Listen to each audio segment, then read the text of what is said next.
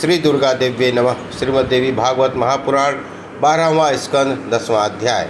मणिद्वीप का वर्णन। व्यास जी बोले, हे महाराज जन्मेजय, ब्रह्मलोक से ऊपर के भाग में जो सर्वलोक सुनाव गया है वही मणिद्वीप है। यहाँ भगवती विराजमान रहती हैं। क्योंकि यह सभी लोकों से श्रेष्ठ है, इसलिए इसे सर्वलोक कहा गया है। पूर्व काल में मूल प्रकृति स्वरूपणी पराम्बा भगवती ने सबसे पहले प्रारंभ में ही अपने निवास हेतु स्वेच्छा से इसका निर्माण किया था। यह लोक कैलाश वैकुंठ गोलोक से भी महान और उत्तम है। समस्त लोकों से श्रेष्ठ होने के कारण यह सर्वलोक कहा गया है। तीनों लोकों में उसके समान सुंदर कोई स्थान नहीं है। यह सतम यह मणिद्वीप तीनों जगत का छत्र स्वरूप तथा सांसारिक संतापों का नाश करने वाला है और सभी ब्रह्मांडों का भी छाया स्वरूप ही है। यह मणिद्वीप के चारों ओर अनेक योजन विस्तार वाला और परिमाण में उतना ही गहरा अमृत का सागर विद्यमान है, जो पवन के आघात से उठी हुई सैकड़ों तरंगों से परिपूर्ण रत्नमयी स्वच्छ बालुका से युक्त मत्स्य और शंखों से संपन्न तरंगों से परस्पर संघर्ष से उत्पन्न बड़ी बड़ी लहरों द्वारा विकीर्ण शीतल जल कणों से शोभायमान अनेक प्रकार की ध्वजाओं से युक्त नानाविध आवागमन वाले पोतों से मंडित है। उस सुधा सागर के चारों ओर तटों पर रत्नमय वृक्ष विराजमान है। उसके उत्तर तरफ लौह धातु की बनी हुई 7 योजन विस्तार वाली एक गगन स्पर्शी महान चहारदीवारी है। उसमें अनेक प्रकार के शस्त्रों से प्रहार से दक्ष और नानाविध युद्ध कलाओं से पारंगत बहुत से रक्षक सभी ओर आनंद पूर्वक निवास करते हैं। ये राजन उस पर परकोटे के 4 द्वार और सैकड़ों द्वारपाल है। भगवती के भक्ति रखने वाले अनेक गणों से वह चारों ओर से घिरा हुआ है। जो देवता भगवती जगदीश्वर के दर्शनार्थ आते हैं, उनके गण और वाहन यहाँ रहते हैं। यह सैकड़ों विमानों की घरघराहट और घंटा ध्वनि से सदा परिपूर्ण रहता है। घोड़ों की हिनहिनाहट और उनके खुर की आघात से ध्वनि से दिशाएं बधिर सी हो जाती हैं। ये राजन किलाहट की ध्वनि करते हुए और हाथों में बेत लिए हुए देवी गणों के द्वारा ताड़ित देवताओं के सेवक यहाँ सदा विराजमान रहते हैं। हे राजन, उस कोलाहल में कोई किसी की बात नहीं सुन पाता। अनेक प्रकार की ध्वनियों से मिश्रित उस स्थान पर अत्यधिक चेष्टा करने पर ही किसी की बात सुनाई जा सकती है। हे राजन, वहाँ स्थान स्थान पर मीठे जल के परिपूर्ण सरोवर और रत्नमय वृक्षों से युक्त अनेक प्रकार के उद्यान सुशोभित होते रहते हैं। उस परकोटे के आगे कांस्य धातु से बना हुआ उससे भी विशाल सुंदर मंडलाकार परकोटा है। उसके शिखर पर आकाश को छूता रहता है। वह परकोटा पहले परकोटे के तेज से 100 गुना अधिक है। गोपुर और द्वार से शोभा पाने वाला यह प्रकार मंडल अनेक वृक्षों से युक्त है। वृक्षों की जितनी जातियाँ होती हैं वे सब यहाँ पर हैं। ये वृक्ष सदा फूलों और फलों से लदे रहते हैं। वे नए नए पल्लवों और उत्तम सुगंध से सदा परिपूर्ण रहते हैं। कटहल, मौलसीरी, लौह कर्णिकार, शीशम, देवदारू, कचनार, आम, सुमेरु, लिचुक, हिंगुल, इलायची, लौंग, कटफल, पाटल, मुचकुंद, फलनी, जखने फल, ताल, तमाल, साल, कंकोल, नागभद्र, नागकेसर, पीलू, साल्व, कपूर, साखी, अश्वकर्ण, हस्तिकर्ण, तालपर्ण, दाढ़ी, गणिका, बंधुजीव, जम्भीरी, नींबू, कुरंडक, चंपा, बंधुजीव, धतूरा, काला गुरु, चंदन, खजूर, जूही, तालपर्णी, ईख, क्षीर वृक्ष, खैर, इमली, भेलावा, बिजोरा, नींबू, कुटज, बिल्लू के वृक्ष यहाँ सुशोभित रहते हैं। तुलसी और मल्लिका के वन यहाँ विद्यमान है। हे राजन, अनेक जाति वाले वृक्षों के वन और उपवन यहाँ शोभायमान है, जो सैकड़ों बावलियों से युक्त है। कोयलों की मीठी ध्वनि से युक्त भौरों के गुंजार दूषित और शीतल छाया प्रदान करने वाले वे सभी उत्तम वृक्ष निरंतर रसस्राव करते रहते हैं। अनेक ऋतुओं में उत्पन्न होने वाले ये वृक्ष अनेक प्रकार के पक्षियों से सदा युक्त रहते हैं। वे अनेक विध रस प्रवाहित करने वाले नदियों से सर्वदा सुशोभित रहते हैं। कबूतर, तोता, मैना, हंस आदि पक्षियों से पंखों से निकली हुई वायु से ये वहाँ के वृक्ष सदा हिलते रहते हैं। सुगंधि मिश्रित पवन से परिपूर्ण यह वन इधर उधर दौड़ती हुई हिरणियों से समूहों से सदा शोभा प्राप्त करता है। नाचते हुए मोरों की सुखदायक केका ध्वनि से मुखरित यह दिव्य वन सदा मधुर के स्राव करता रहता है। उस कांस्य के प्रकार के आगे ताम्र की 4 दीवारी बताई गई है, जो आकार में चौकोर और ऊंचाई में 7 योजन परिमाण वाली है।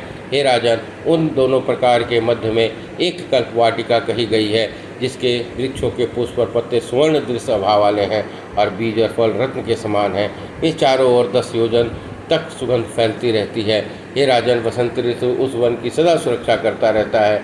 पुष्प के भूषण से विभूषित, पुष्प छत्र से सुशोभित तथा पुष्प के आसव के सेवन करके मंदमक वह बसंत पुष्प के सिंहासन पर विराजमान रहता है।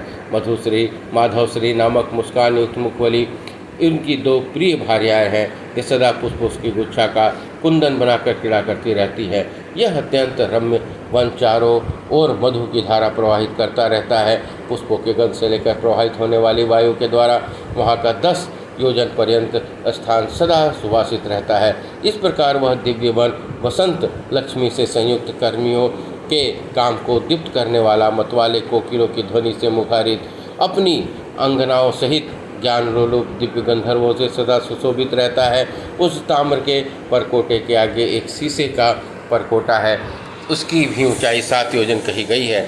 हे राजन, इन दोनों प्रकार के मध्य में संतान नामक वाटिका है। वहाँ के पुष्पों की सुगंधी चारों ओर 10 योजन तक फैली रहती है। स्वर्ण की आभा वाले खिले हुए फूल और अमृत तुल्य मधुर रसों से परिपूर्ण मधुर फल वहाँ सदा विद्यमान रहते हैं। हे नृपश्रेष्ठ, उस वाटिका का नायक ग्रीष्म ऋतु है।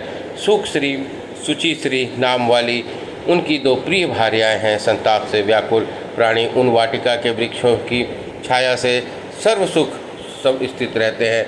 अनेक सिद्धों और देवताओं से वह प्रकार सदा समन्वित रहता है। हे राजन, पुष्पमालाओं से विभूषित होकर अपने कर कमलों से ताड़ का पंखा लिए और अपने अंगों में चंदन लगाए और शीतल जल का सेवन करने वाली अनेक विलासिनी अंगनाओं के द्वारा वह प्राकार नित्य सुशोभित रहता है। हे राजन, उस शीशे के प्रकार के भी आगे परिमाण में 7 योजन लंबा पीतल की धातु से निर्मित एक सुंदर परकोटा है। उन दोनों परिकोटों के मध्य में हरिचंदन वृक्ष की एक वाटिका कही गई है। वहाँ का स्वामी मेघों पर आसीन रहने वाला वर्षा ऋतु है। वह पिंगल वर्ण वाले विद्युत के नेत्र के रूप में और मेघों के कवच के रूप में धारण करने वाला कहा गया है। विद्युत का गर्जन इसका मुख है और वह इंद्रधनुष को धनुष के रूप में धारण किए रहता है। वह अपने गणों के आवृत होकर चारों ओर हजारों जलधाराएं छोड़ता रहता है। नभस्य श्री, स्वरस्या, रस्य मालिनी, अम्बादुला, निरत्नी, अभ्रमंती, मेघयांतिका, वर्षयांती, चिपुंडिका, वारी धारा, ये 12 वर्षा ऋतु की प्रिय शक्तियाँ कही गई हैं। ये सदा मत से विवल रहती है। नवीन लताओं से समन्वित और नवीन पल्लवों से युक्त वृक्ष और हरे भरे पेड़ यहाँ सदा विद्यमान रहते हैं। वहाँ की संपूर्ण भूमि आच्छादित करती है। वहाँ नदी और नद अत्यंत वेग से प्रवाहित होते रहते हैं। राग द्वेष से युक्त मनुष्यों के चित्त के समान गंदे जल वाले अनेक सरोवर भी वहाँ विद्यमान हैं। देवता और सिद्ध पुरुष वहाँ निवास करते हैं। देवी कर्म में निरंतर तत्पर रहने वाले तथा वापी कूप तालाब के निर्माण करा के देवी को अर्पण करने वाले ये लोग अपनी स्त्रियों के साथ वहाँ आनंदपूर्वक रहते हैं। उस पीतल के प्रकार के आगे 7 योजन की लंबाई वाला पंचलोह निर्मित परकोटा है। उसके बीच में नानाविध पुष्पों, लताओं और पल्लों से सुशोभित मंदार वाटिका विराजमान है। विकार रहित शरद ऋतु को यहाँ का अधिष्ठाता कहा गया है। इक्षु लक्ष्मी, ऊर्जलक्ष्मी ये उसकी 2 प्रिय भार्याएँ हैं। अनेक सिद्ध लोग अपनी भार्याओं तथा अनुचरों के साथ वहाँ निवास करते हैं। यह पंचलोहमय परकोटे के आगे विशाल शिखरों तथा 7 योजन लंबाई वाला एक दीप्तयुक्त रजत निर्मित परकोटा है। इसके मध्य में पुष्पों के गुच्छों से परिपूर्ण परिजात वन विद्यमान है। चारों ओर 10 योजन की दूरी तक सुगंध फैलाने वाला पुष्प वहाँ देवी पूजन आदि कर्मों में तत्पर सभी गणों को प्रसन्न किए रहते हैं। हे राजन, महान उज्ज्वल हेमंत ऋतु वहाँ का स्वामी कहा गया है। वह सभी रागी पुरुषों को आनंदित करते हुए हाथ में आयुध लेकर अपने गणों के साथ वहाँ उपस्थित रहता है। उसकी सहस्यश्री नाम 2 प्रिय भार्याएँ हैं। भगवती का व्रत करने वाले जो सिद्ध लोग हैं वो वहाँ निवास करते हैं। उस रजत के परकोटे के आगे तप्त स्वर्ण से निर्मित 7 योजन लंबा एक अन्य परकोटा है। उसे स्वर्णशाल कहा गया है। इसके बीच में पुष्पोपलों से सुसंगित एक कदम्ब वाटिका है। यहाँ कदम्ब के आसव की हजारों धाराएँ निरंतर बहती रहती हैं। उनका सेवन करने वाले आत्मनंदन का अनुभव होता है। वहाँ का स्वामी शेष शिशिर ऋषु है। उसकी तपस्या श्री नामक 2 प्रिय भार्याएँ हैं। अपने अनेक गणों से घिरा हुआ शिशिर ऋतु अन्य दोनों भार्याओं के साथ प्रसन्नतापूर्वक अनेकावत क्रीड़ाओं में तत्पर रहता है। देवी की प्रसन्नता से निमित्त अनेक दान करने वाले जो महान सिद्ध पुरुष हैं, वे अनेकविध भोगों से संपन्न महानंद से युक्त होकर अपने परिवारजनों और भार्याओं के साथ लेकर वहाँ समूह में निवास करते हैं। उस स्वर्ण निर्मित परकोटे के आगे कुमकुम के समान अरुण वर्ण वाला और 7 योजन लंबा पुष्प रागमणि निर्मित परकोटा है। वहाँ की भूमि पुष्प रागमयी है। इसी प्रकार वहाँ के वन उपवन थलों समेत वृक्ष पुष्प राग रत्न से युक्त कहे गए हैं। वह जिस रत्न का परकोटा बना हुआ है, उस रत्न के वहाँ के वृक्ष भूमि वन पक्षी मंडपों का स्तंभ सरोवर कमल भी निर्मित है। वहाँ जल की उसी रत्न का वर्ण है। उस परकोटे के अंदर जो जो वस्तु हैं वे सभी रत्न के समान ही हैं। हे प्रभु, रत्न निर्मित परकोटे के विषय में मैंने आपको यह सम्यक परिचय दे दिया। हे राजन, इसमें प्रत्येक अगला प्रकार अपने पहले वाले प्रकार से 1 लाख गुना अधिक तेज संपन्न है। प्रत्येक ब्रह्मांड में रहने वाले दिक्पाल अपना एक समूह बनाकर हाथों में श्रेष्ठ अत्यंत तेजोमय यज्ञ धारण करते हुए वहाँ निवास करते हैं। इस मणिद्वीप के पूर्व दिशा में ऊंचे शिखर से युक्त अमरावती पुरी है। अनेक विध उपवनों से युक्त उस पुरी में इंद्र विराजमान होते हैं। स्वर्गलोक में जितनी शोभा स्वर्ग की है, उससे अधिक शोभा इस अमरावती पुरी की है। अनेक इंद्रों के 1000 गुने से भी अधिक इसकी शोभा कही गई है। अपने ऐरावत पर आरूढ़ होकर गज हाथ में वज्र धारण किए हुए प्रतापी इंद्र देवसेना के साथ यहाँ सुशोभित होते हैं। वहीं पर अनेक देवांगनाएं के साथ सची भी विराजमान रहती है। हे राजन, उस मणिद्वीप के अग्निकोण में अग्नि सदृश प्रज्वलित वही पुरी है। वहाँ पर अपने देवगुणों से घिरे हुए अग्निदेव अपने वाहनों और भूषणों से सुशोभित होकर स्वाहा और स्वधा इन 2 शक्तियों के साथ विराजमान रहते हैं। मणिदेव की दक्षिण दिशा में यमपुरी है।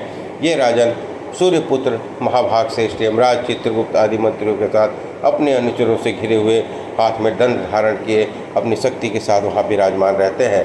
इस मणिद्वीप के नैऋत्य में कोण में राक्षसों की पुरी विद्यमान है। इसमें खड्गधारी नृत्यति अपनी शक्ति के साथ राक्षसों से घिरे हुए विराजमान रहते हैं। पश्चिम दिशा में वरुण लोक में वरुणपान से विह्वल पास धारण करने वाले प्रतापवान वरुणराज विशाल मत्स्य पर सवार होकर वरुणी के साथ आसक्त रहते हैं। अपनी शक्ति वारुणी तथा अपने गणों के साथ विराजमान रहते हैं। मणिद्वीप के वायव्य में वायु लोक स्थित है। विशाल नेत्र वाले वायुदेव प्राणायाम करके परम सिद्ध समूह के समूह मरुद गणों से सदा घिरे रहते हैं। हाथ में ध्वजा धारण करके भी प्रारूढ़ होकर अपनी शक्ति के साथ वहाँ निवास करते हैं। हे राजन, मणिद्वीप के उत्तर दिशा में यक्षों का महालोक है। वहाँ पर अपनी शक्ति सहित यक्षों के आदि राज तुरिल कुबेर रिद्धि सिद्धि आदि शक्तियों 9 निधियों और मणिभद्र पूर्वभद्र मणिमान माणिकंधर मणिभूष मणिस्वग्नि मणिकारमूर्ध धारक आदि यक्ष सेनानियों के साथ अपनी शक्ति से समन्वित होकर विराजमान रहते हैं। मणिद्वीप के इंसान कोण में बहुमूल्य रत्नों से संपन्न महान इंद्रलोक कहा गया है। वहाँ प्रसिद्ध नेत्रों और कोपयुक्त विग्रह वाले भगवान इंद्र अपनी पीठ पर महान तरकस बांधे और बाएं हाथ में तेजस्वी धनुष लिए हुए हैं। आदि देवता के रूप में प्रतिष्ठित हैं। वे भगवान रुद्र धनुष कोटि पर प्रत्यंता चढ़ाए हुए धनुर्धारियों, हाथ में शूल और श्रेष्ठ आयु धारण करने वाले, विकृत मुख वाले, विकराल मुख कृति वाले, मुख से निरंतर अग्निज्वाला उगलने वाले, 10 भुजाओं वाले, कई 100 भुजाओं वाले, कितने 1000 भुजाओं वाले, 10 पैरों वाले, 10 गर्दन वाले, 3 नेत्रों वाले, अत्यंत उग्र विग्रह वाले, अपने ही सदृश असंख्य रुद्रों को सदा घिरे रहते हैं। अंतरिक्ष लोक में और भूलोक में विचरण करने वाले जो रुद्र प्रसिद्ध हैं, वो रुद्राय भी जो रुद्र वर्णित है, उन सबसे वे भगवान रुद्र वहाँ व्यक्त होते हैं।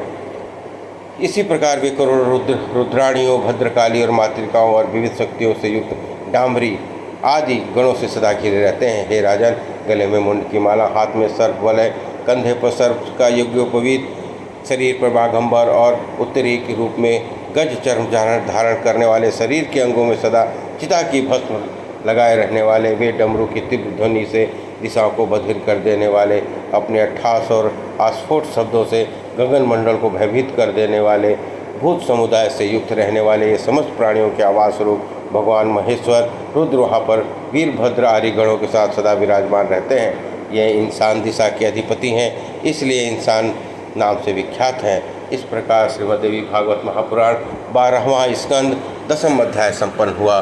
बोलिए दुर्गा महारानी की जय।